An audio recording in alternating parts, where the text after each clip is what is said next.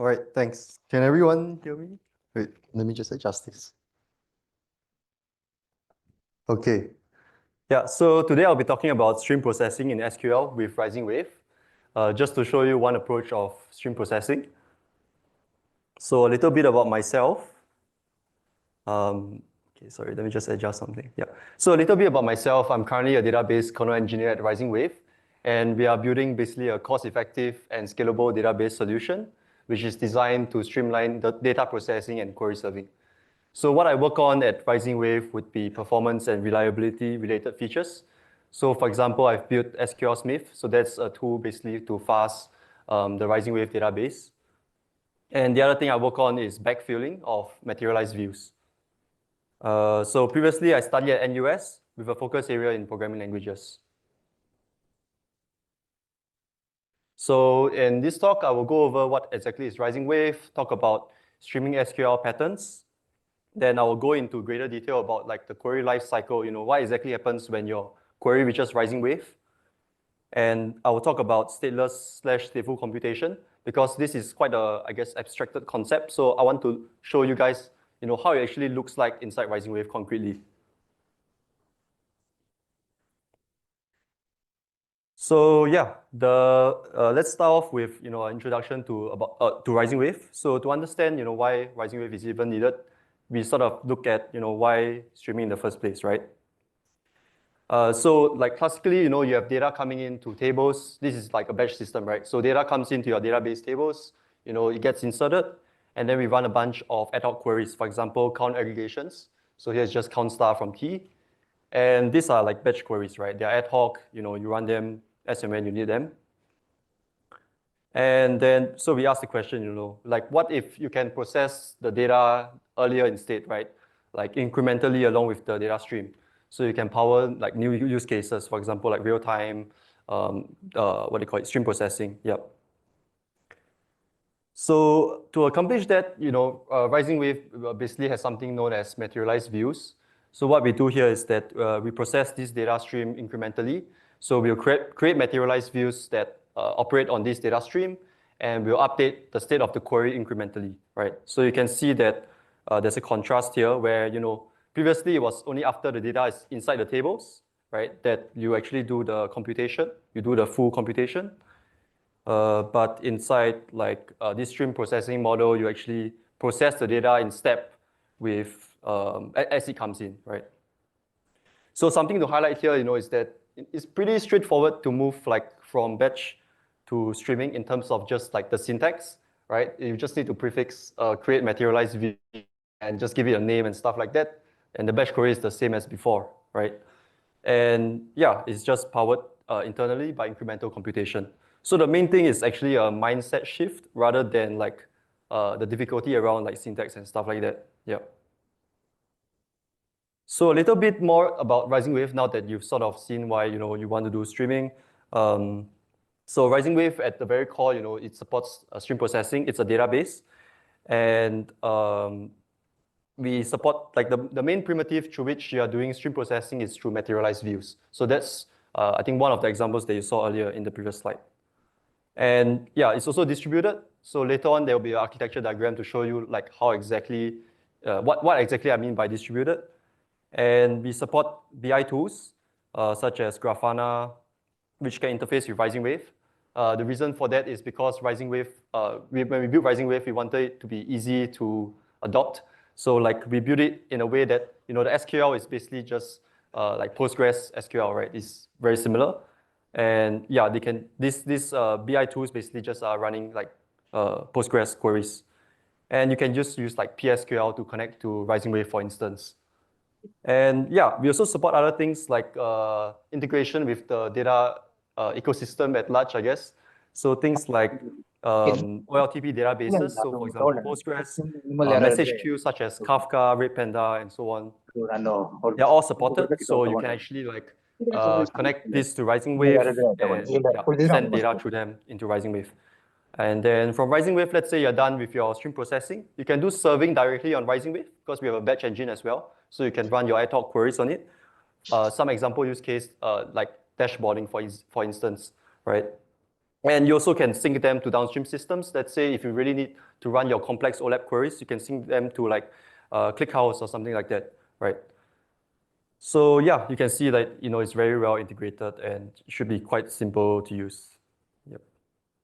So some use cases are shown here, like things like ads recommendation, stock dashboarding, network monitoring, and so on. So the latency of it ranges from milliseconds to like sub-hour. So yeah, like we can hit like 30 ms, 50 ms, that kind of thing. So it's pretty real time, I guess. Yeah, and yeah, so these are just some use cases. Okay, so in terms of like the distributed database part of it, you can actually see, right, that it's not embedded into like just a single process, right? There's actually a few moving parts inside your database cluster. So we have like the front end. So the front end basically takes care of things like parsing, binding, optimizing your query. And then what it will do is that it will generate a plan. So that plan gets passed to the compute node. And the compute node actually contains things like the stream engine, the batch engine. And what it does is that it takes these plans that it receives from the front end, and then it will actually run the computation on them. So things like the streaming, the batch processing. Yep. So okay, yeah. So once that once you are processing your data for stateful queries, you'll regularly persist the state to object storage, and you will also like persist the state of the materialized view, right, into storage as well. So we support object storage such as like S3, and it's like a tiered storage system. So regularly we run compaction on that. And we also have like the meta server. So the meta server there is just responsible for things like basically handling the cluster metadata, right? So things like managing the system catalogs, or like scaling, or managing like just the stream jobs themselves, their creation. Yeah, so that's an overview of it. Yeah, so these components are actually scalable. So if you notice there's one bottleneck in your system, for example, like the stream processing engine is getting bottlenecked, right? You need more compute. You can easily just add one compute node, and then the system will adaptively scale its workload. And likewise for like the serving layer, for example, for front end, you can always scale it out by adding more nodes. Yeah. So in terms of like the properties of this streaming database, like it supports both stream and batch processing. I think the main thing is stream processing, but it also supports like simple batch processing use case. And for latency, it's pretty low, like seconds to milliseconds. Throughput will be quite high. So actually, both of these, we have like performance metrics to show you guys that, right? Yeah, so we have like a whole bunch of blog posts to go into greater detail. And for fault tolerance, we have exactly one semantics with checkpoints and snapshots. So it means that you can recover pretty fast. This checkpointing is done like by default, I think it's 1 second. So yeah, you don't have to take a long time to recover like your progress. And you shouldn't get duplicate data as well once it recovers. Yeah, so the next part is for the API support. So by default, we support SQL. It's like the Postgres dialect. And we also support Python, Rust, and Java UDF. So you can write your logic inside those UDF function if SQL is not expressive enough. And yeah, for the storage system, it's an internal storage system based on Hammock tiered storage. And for state management, we support advanced state management where we have stateful queries with incremental view maintenance. So I'll unpack that later on. This just seems like a bunch of words now, but later on there will be a demo to actually show you, what's going on, how it gets incremented and stuff. Yep. So, okay, great. So now we've covered the first part. So let's talk about like streaming SQL, right? So there's 3 patterns I want to cover here. So the first one is batch to stream, right? As you can see, it's very like straightforward. Basically, just take your batch query, then just prefix like create materialized view on top of it, and you have your stream query. So yeah, very simple concept. And from there, you actually change the computation model from like a full computation each time to just computing the increments. And the other thing I want to cover is like data ingestion and data delivery. So I think an important thing about like data systems in general now is like connectivity, right? So we have basically one-liners that you can use to connect to external data sources and also like deliver data out from RisingWave. So the example is for Kafka. You can also specify like the topics and stuff like that. Yeah. So the final thing to cover, I think this thing is quite unique to RisingWave. So like materialized view or materialized view. So you can notice here that once you create a materialized view, M1 for instance, you can reuse it in a subsequent materialized view that references it. So the first one there is just basically selecting two columns, right? Name and age. And the second materialized view there is taking the maximum age from the first materialized view. So you can stack them together to build your stream processing pipeline. Yeah, so now I'll share a simple, very simple demo. Which is just like Kafka to RisingWave. The ClickHouse portion, I may not cover it because of time, but yeah, so let's go on to the demo.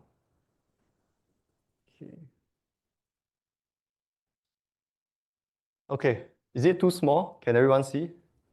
Okay, great. Oh, a little bit? Okay, let me just, let me see if it's possible. Okay, I don't think I can zoom it in. Okay, anyway, the content is like up online. So later on I'll share the link and you guys can like take a look at it. Yeah. So the first thing that we do is to start the cluster. So let's launch the cluster. Okay, and then we want to send our data into Kafka. Yep, so now it's seeding data into Kafka. And we want to connect from Kafka into RisingWave, right? So earlier as mentioned, right, if you want to connect a source, you just write a source SQL here, specify the schema, like all of the columns, specify the connector parameters, and the topic, as well as like the address, the server address, and then like encoding format as well. Oops, run that again. Okay, great. Yeah. So with that, you have a source created, right? So RisingWave also allows you to query the source. So you can actually just like select star from trip data limit 1, for example. Yeah, okay, it's a bit badly formatted, but yeah, you can see that you can just query the source directly. The other thing that we have created is a dimension table here. So this dimension table basically is just like the taxi zone information, such as like the taxi zone names and like location ID and so on. So we use that to enrich our trip data stream later, right? So, okay, I didn't introduce it, but basically this trip data here is just like a stream of NYC taxi trip data that's coming in. And yeah, we're basically trying to do some stream processing on this trip data stream. Yeah. So yeah, let's also make sure that we are getting real-time data. So we run a batch query first. We can watch the results. If you look at the timestamp, it's like 1309. So it's actually in UTC timestamp. So it's just like 5 hours, 30 minutes from before now, right? So it's actually, yeah, it's actually coming in real time. Yeah. Okay. So we've run that as a batch query, right? But can we like pre-compute parts of it? So let's look at things like, for example, the filtering clause, right? So we specify a time window of like from now to 1 minute before. Can we do that computation ahead of incrementally? And can we also do like we call this the top end pattern, right? Like, can we get the top 10 results? And turns out, yeah, it's as simple as just prefixing create materialized view, and yeah, we'll run that. So now basically this query can be, this materialized view computes things incrementally instead, and we can just like query it directly instead, right? So we can get the results from this materialized view. Yeah. So I think I've covered two of the concepts that I mentioned in the earlier slides. So the first one was just like how you move from batch to stream. So I've covered that already. And then for like connectivity, so like how do you create source, how do you create a sink, and yep. So the next part that I will cover is in terms of the materialized view or materialized view, and like how you can enrich your data streams, right? So the first thing that we create is basically just like an enriched data stream that we create. So it's a materialized view that basically takes the taxi zone metadata, right? So for example, the zone names, and it joins that with the trip data. So now that our stream has the zone names as well, right? And what we do next is to create two other queries. So we'll use this for like dashboarding purposes later. So this I actually created on trip zone with zone info. So the first one I create would be for like the busiest zones in the past 1 minute. And the second one I create would be for the longest trip in the past 1 minute. And now what we can do is we can just launch the server. And let's just quickly open the front end as well. So you can see, yeah, like this data is just being updated in real time. And yeah, you have like the busiest zones in the past 1 minute. And if you scroll down, you can also see like the longest trips.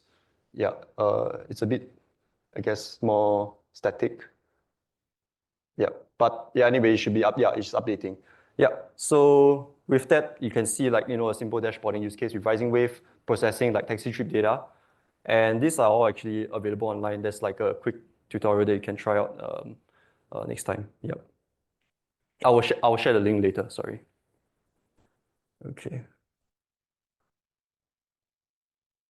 Okay, so let's move back to the slides.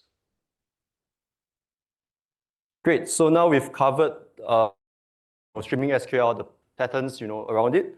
So now we're actually diving deeper into like the internals of it. So as I mentioned, right, like one of the barriers I think to adopting stream processing is in terms of like the mindset of thinking things in terms of like incremental processing. So here I try to give like more insight into this, right? So first is query lifecycle, and then like in terms of the computation part, that would be the stateless or /stateful computation. So what happens when you are executing this SQL statement, right? So RisingWave, as earlier mentioned, has like these few components, the front end, the meta, and the compute.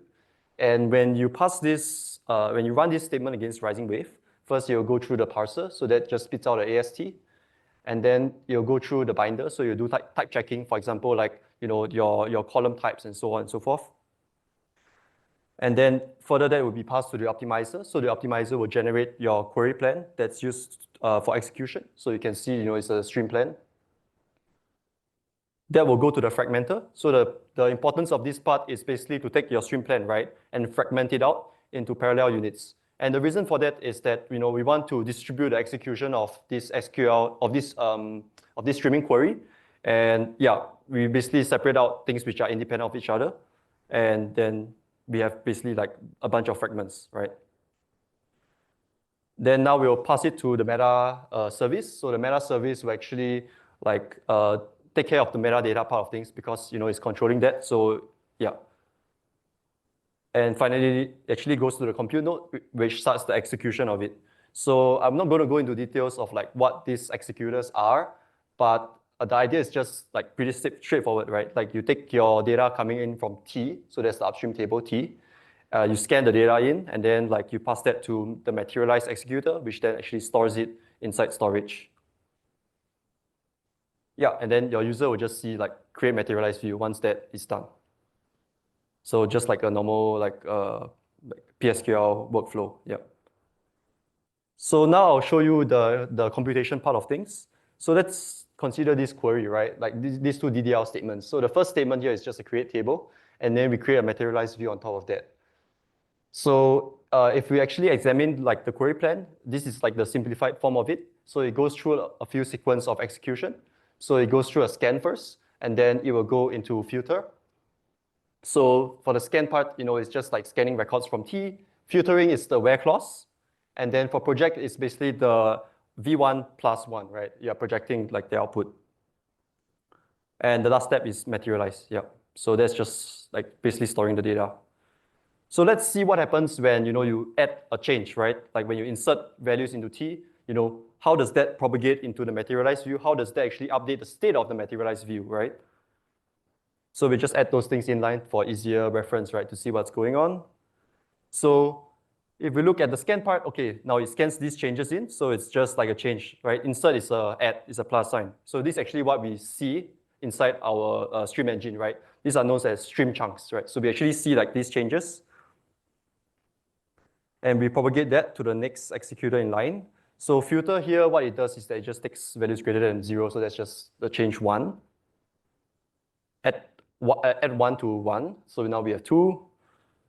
And we basically just insert that into the storage, right? So now when we materialize it, like when we actually persist it, it's just 2, right? Great. So what happens when we are deleting? So I've shown like inserts, so deletes. So we are deleting all rows from T. So previously we had 0 and 1, right? So deletes here just basically issue a change that removes 0 and 1.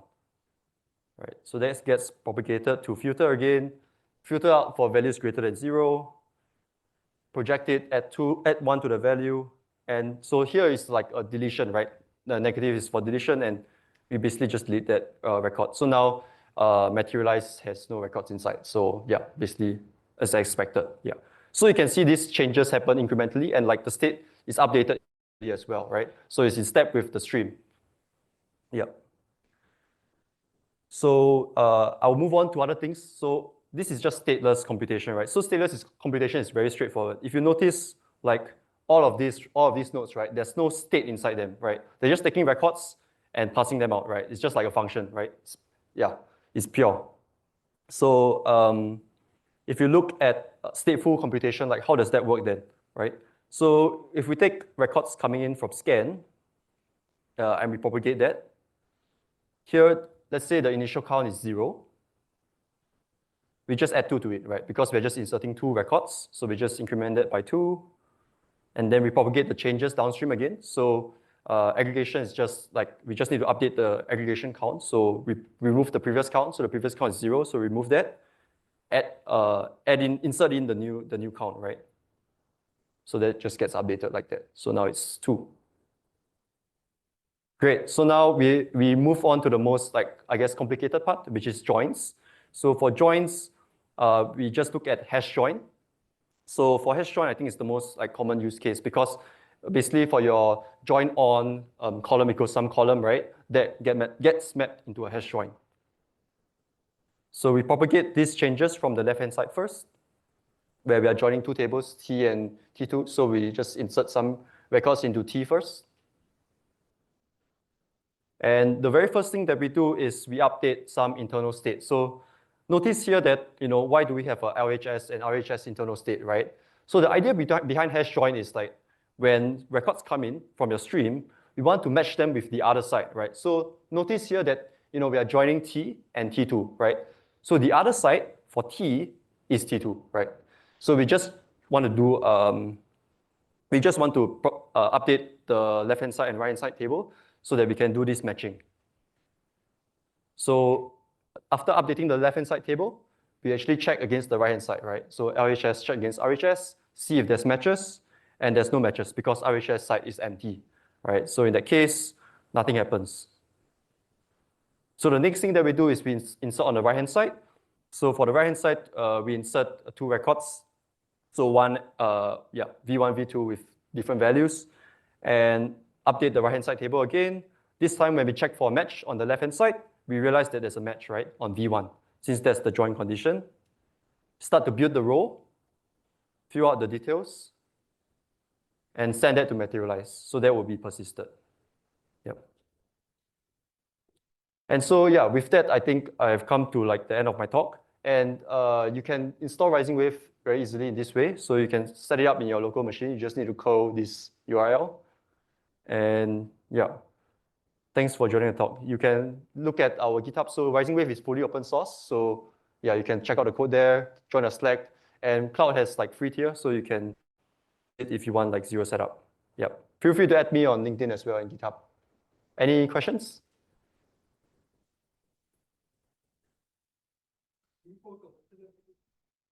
Yeah. Again? Free. Okay, so we have like a few deployment methods, right? So you can use like RisingWave Cloud free tier, so that's free.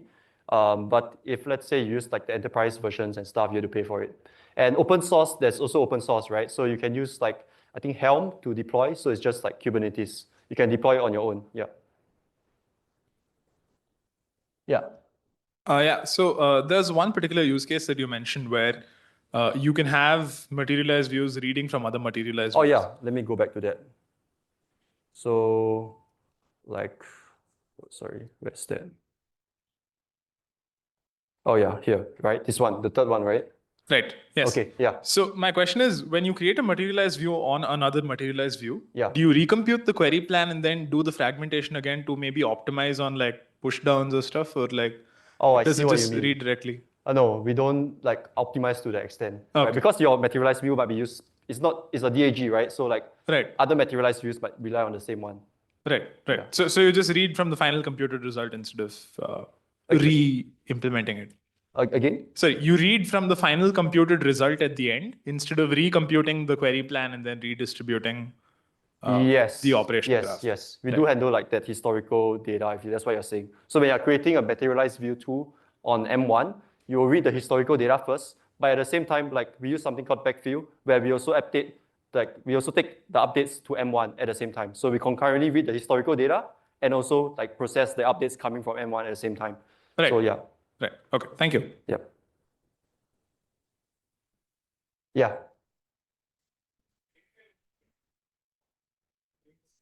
Okay. So for Flink, it's like a stream processing engine, right? So it's not a database. It doesn't have like storage.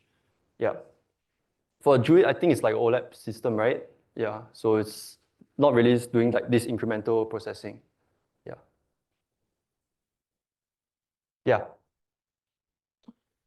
My question is related to MV to MV pipeline. Sure. So that can fail in between and you have to persist the state somewhere. Yes. And where is that persisted? Yeah, sure. So it's persisted inside our object store. On the object store. Yeah. So yeah. Which is as opposed to Flink, which typically gets persisted and on that node itself. The disk attached to the compute node. Well, the object storage is actually configurable, right? So if you want, like, you can also have like local storage, so you can use MinIO and stuff like that. Yeah. But with that, how do you achieve low latency in the order of lower tens of milliseconds? Do you have tiered storage? So yeah, we have tiered storage, right? So there's like a series of caches inside the compute node. There's caches. Even we use the file system as a cache, and then like the object storage finally. And finally, to the object store, do you also do compaction in between? Yeah, there are different levels of compactions. tiered storage? Yes. Okay. So that compaction also, is that asynchronous? Yeah, that runs in the background. So they are like, basically these are like separate processes, right? They're executing like these two compute nodes here. They're executing as like background processes. So if you find like, that's like storage is actually a bottleneck, you can always scale up your compactor, right? So yeah, we have users that want to scale up their compactors. Compactor can scale independently of Yeah, exactly. Yeah. It's decoupled. Yeah.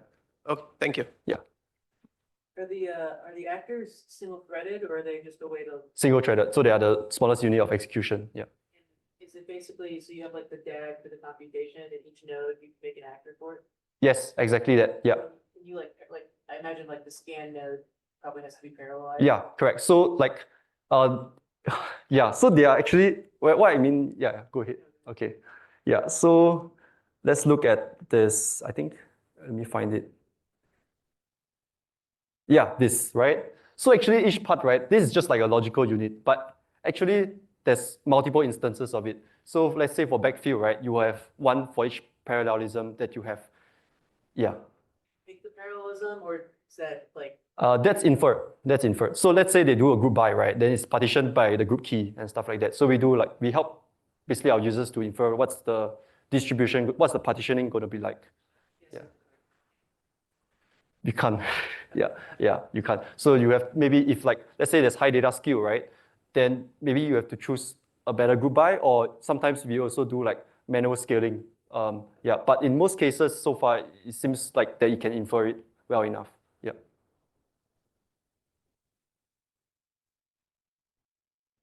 Yeah. Sorry, last question.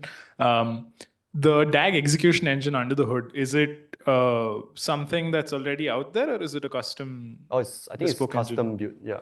Okay. Yeah. Right. Yeah. Yeah, the last slide somewhere you said on the cloud. See, I didn't find that, okay, here, right, cloud. Yeah. Cloud, because this is what you have worked on and clustering and other, I didn't find, what do you call it, content management or plug and play of containerization. Is that also features are there in this? Yeah. So actually, like concretely, right, the deployment in terms of cloud is using Kubernetes. Yeah. Yeah. More focus on the orchestration, right? Not Yeah. complete code.